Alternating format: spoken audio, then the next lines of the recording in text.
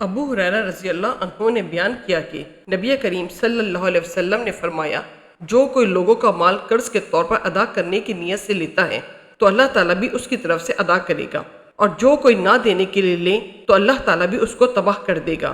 صحیح بخاری حدیث نمبر 2387۔ عامش نے ان سے زید بن وہب نے اور ان سے ابو ذر رضی اللہ عنہ نے بیان کیا کہ میں نبی کریم صلی اللہ علیہ وسلم کے ساتھ تھا۔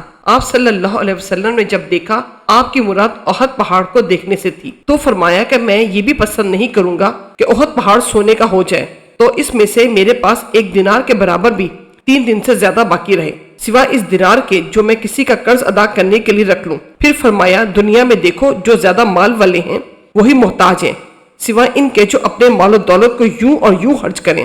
ابو شہاب راوی نے اپنے سامنے اور دائیں طرف اور بائیں طرف اشارہ کیا، لیکن ایسے لوگوں کی تعداد کم ہوتی ہے۔ پھر آپ نے فرمایا، یہیں ٹھہرے رہو اور آپ تھوڑی دور آگے کی طرف بڑھے۔ میں نے کچھ آواز سنی جیسے آپ کسی سے باتیں کر رہے ہوں۔ میں نے چاہا کہ آپ کی خدمت میں حاضر ہو جاؤں، لیکن پھر آپ کا فرمان یاد آیا کہ یہیں اس وقت تک ٹھہرے رہنا جب تک میں نہ آ جاؤں۔ اس کے بعد جب آپ تشریف لائے تو میں نے پوچھا، یا رسول اللہ، ابھی میں نے کچھ سنا تھا، یا راوی نے یہ کہا کہ میں نے کوئی آواز سنی تھی؟ آپ نے فرمایا، تم نے بھی سنا؟ میں نے عرض کیا، ہاں۔ آپ نے فرمایا کہ میرے پاس جبرائیل علیہ السلام آئے تھے اور کہہ گئے ہیں کہ تمہاری امت کا جو شخص بھی اس حالت میں مرے کہ وہ اللہ تعالیٰ کے ساتھ کسی کو شریک نہ ٹھہراتا ہو تو وہ جنت میں داخل ہوگا۔ میں نے پوچھا کہ اگرچہ وہ اس طرح کے گناہ کرتا رہا ہو؟ تو آپ نے کہا کہ ہاں۔ صحیح بخاری حدیث نمبر 2388۔ شعبہ نے بیان کیا، ان سے عبد الملک نے، ان سے ربی بن حراش نے اور ان سے حذیفہ رضی اللہ عنہ نے بیان کیا کہ میں نے نبی کریم صلی اللہ علیہ وسلم سے سنا، آپ صلی اللہ علیہ وسلم نے فرمایا کہ ایک شخص کا انتقال ہوا، قبر میں اس سے سوال ہوا، تمہارے پاس کوئی نیکی ہے؟ اس نے کہا کہ میں لوگوں سے خرید و فروخت کرتا تھا، اور جب کسی پر میرا قرض ہوتا تو میں مالداروں کو مہلت دے دیا کرتا تھا اور تنگ دستوں کے قرض کو معاف کر دیا کرتا تھا۔ اس پر اس کی بخشش ہو گئی۔ ابو مسعود رضی اللہ عنہ نے بیان کیا کہ میں نے یہی نبی کریم صلی اللہ علیہ وسلم سے سنا ہے۔ صحیح بخاری حدیث نمبر 2391۔ جابر بن عبداللہ رضی اللہ عنہ نے خبر دی کہ جب ان کے والد شہید ہوئے تو ایک یہودی کا 3 وسق قرض اپنے اوپر چھوڑ گئے۔ جابر رضی اللہ عنہ نے اس سے مہلت مانگی لیکن وہ نہیں مانا۔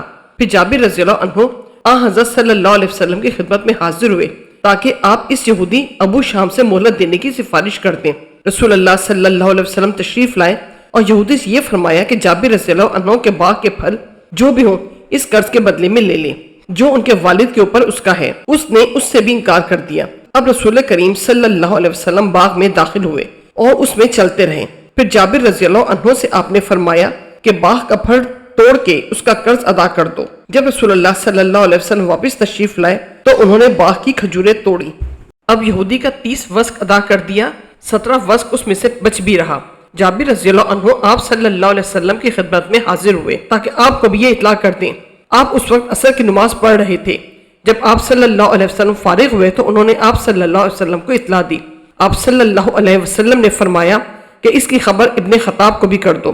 چنانچہ جابر رضی اللہ عنہ حضرت عمر رضی اللہ عنہ کے یہاں گئے۔ حضرت عمر رضی اللہ عنہ نے فرمایا، میں تو اسی وقت سمجھ گیا تھا جب رسول اللہ صلی اللہ علیہ وسلم باغ میں چل رہے تھے کہ اس میں ضرور برکت ہوگی۔ صحیح بخاری حدیث نمبر 2396۔ حضرت عائشہ رضی اللہ عنہا نے خبر دی کہ رسول اللہ صلی اللہ علیہ وسلم نماز میں دعا کرتے تو یہ بھی کہتے، اے اللہ میں گناہ اور قرض سے تیری پناہ مانگتا ہوں۔ کسی نے عرض کیا، یا رسول اللہ آپ قرض سے اتنی پناہ مانگتے ہیں؟ آپ نے جواب دیا کہ جب آدمی مقروض ہوتا ہے تو جھوٹ بولتا ہے اور وعدہ کر کے اس کی خلاف ورزی کرتا ہے۔ صحیح بخاری حدیث نمبر 2397۔